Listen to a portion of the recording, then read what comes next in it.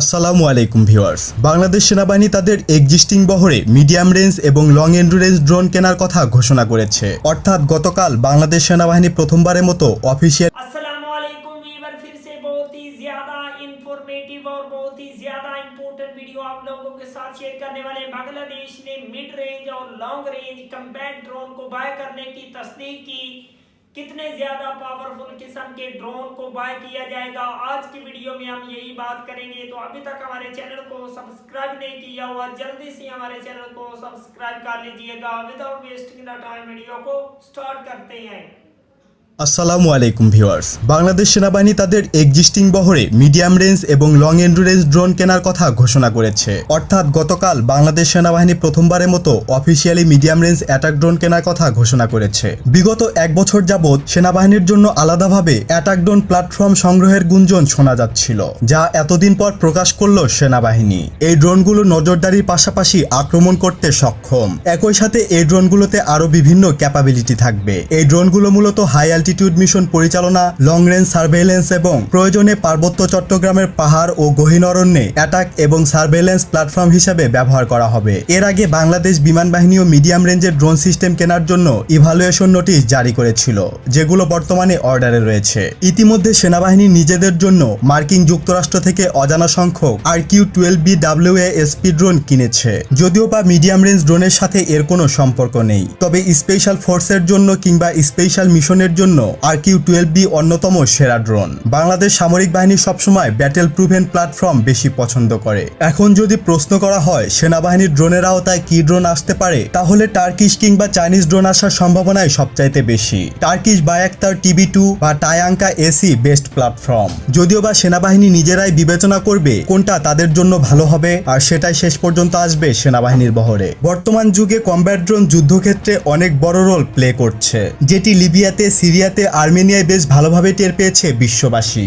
Special mission, counter insurgency, reconnaissance and surveillance, signal jamming, maritime surveillance, electronic ওয়ারফেয়ারের জগতে ধীরে ধীরে ড্রোন তার নিজের অবস্থান পাকাপোক্ত করছে।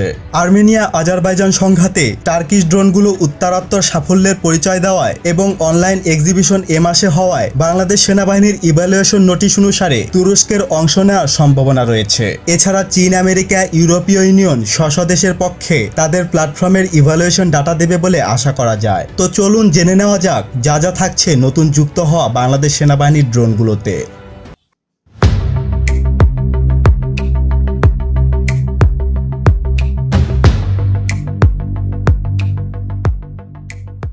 ইভালুয়েশন নোটিশ অনুযায়ী প্রথমেই উল্লেখ করা হয়েছে সেনাবাহিনী যে কোনো আবহাওয়ায় ব্যবহার উপযোগী ISR অর্থাৎ ইন্টেলিজেন্সি, সার্ভেইলেন্স অ্যান্ড রিকনাইসেন্স ক্যাপাবিলিটি ড্রোন নিতে ইচ্ছুক, যার অপারেশনাল রেডিয়াস হবে 200 কিলোমিটার অবধি। একসাথে সর্বোচ্চ 10টি টার্গেট ট্র্যাক করার ক্যাপাবিলিটি থাকা সেনাবাহিনীর বিশেষ চাহিদা। ড্রোনের হার্ড পয়েন্ট কমপক্ষে 2টি এবং সর্বোচ্চ 4টি থাকতে হবে, এবং একই সাথে ড্রোনটিতে ইলেকট্রনিক ওয়ারফেয়ারের সুবিধা থাকতে হবে। গ্রাউন্ড কন্ট্রোল সিস্টেমের সাহায্যে অপারেটর ম্যাক্সিমাম রেঞ্জ থেকে রিয়েল টাইম লোকেশন ট্রান্সমিশন পাবে। সাথে থাকবে 3D ম্যাপিং সিস্টেম। সবচাইতে ভালো ব্যাপারটি হলো এই ড্রোনটি আমাদের প্রথম স্যাটেলাইট বঙ্গবন্ধু 1 এর সাথে লিঙ্ক আপ করা হবে। সেক্ষেত্রে বঙ্গবন্ধু 1 এর আপলিঙ্ক এবং ডাউনলিঙ্ক এতে সংযুক্ত হবে। আমাদের নিজস্ব স্যাটেলাইটের মাধ্যমে কমিউনিকেশন পরিচালিত হবে বিধায় ড্রোনের সব ধরনের তথ্য একেবারে সুরক্ষিত হবে। আমাদের দেশের একই সাথে গরম এবং আর্দ্র আবহাওয়ার কারণে যাতে ড্রোনের লাইফ টাইমে কোনো ইফেক্ট না পড়ে, সেজন্য পেলোড থেকে শুরু করে কম্পার্টমেন্ট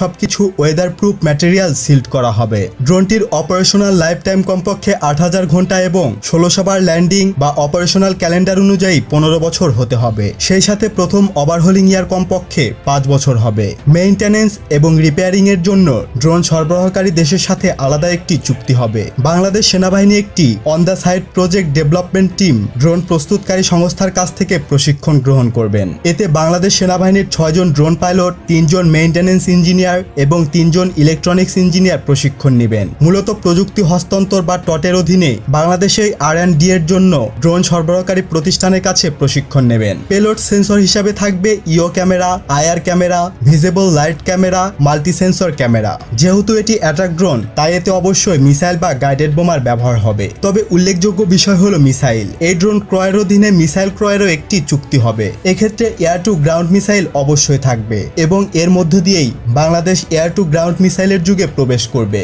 বর্তমানে আমাদের কোনো ধরনের এয়ার টু গ্রাউন্ড মিসাইল নেই। এক্ষেত্রে কি মিসাইল হবে এবং রেঞ্জ কতটুকু হবে সেটিও দেখার বিষয়। প্রথমেই বলা হয়েছে ড্রোনটির ইলেকট্রনিক ওয়্যারফেয়ার সক্ষমতা থাকবে। সেক্ষেত্রে বেশ কিছু ইলেকট্রনিক ওয়্যারফেয়ার পড থাকার বিশেষ চাহিদার কথা জানিয়েছে বাংলাদেশ সেনাবাহিনী, যেগুলো হলো ELNIT বা ইলেকট্রনিক ইন্টেলিজেন্সি, যার ফ্রিকোয়েন্সি রেঞ্জ গোপনীয় থাকবে।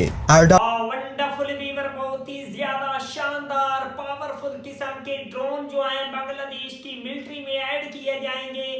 मिड रेंज जो है कम्बैट ड्रोन और साथ में इंशाल्लाह लॉन्ग रेंज कम्बैट ड्रोन जो हैं उनको भी बांग्लादेश की एयरफोर्स और बांग्लादेश की आर्मी में ऐड किया जाएगा। नेवी में और एयरफोर्स में जो यूज होते हैं ड्रोन उनको भी इंशाल्लाह बांग्लादेश अपनी मिलिट्री का हिस्सा बनाएगा।